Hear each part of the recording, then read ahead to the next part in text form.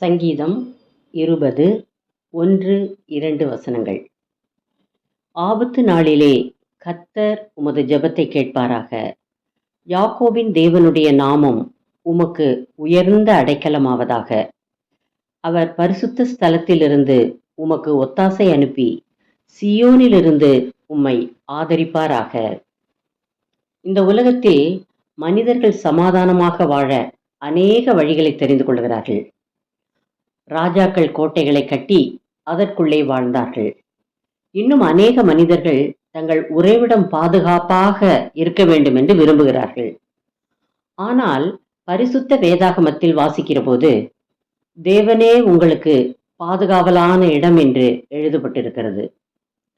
அவர்தான் நமக்கு புகலிடம், நம்மை ஆதரிப்பவர், சரியான நேரத்தில் நம்மை காப்பாற்றுகிறவர். இயேசு இந்த உலகத்தில் வந்து நானே உங்களுக்கு வழி என்று சொன்னார். அவர்தான் நம்மை பாவத்திலிருந்து மீட்டு பரிசுத்தமாக பாதுகாக்கிறவர்.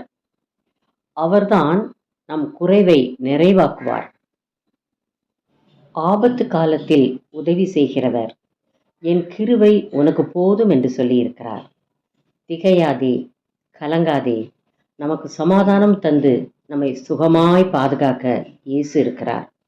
கலக்கத்தோடும் குழப்பத்தோடும் இருக்கிற அனைவரும் அவரை நோக்கி ஜெபம் பண்ணினால் அவர் உங்கள் ஜெபத்தை கேட்டு உங்களுக்கு உதவி செய்வார்.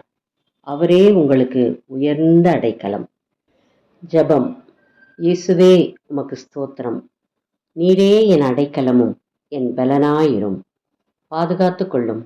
ஆமேன். தேங்க்ஸ் ஃபார் வாட்சிங். Like, share, subscribe.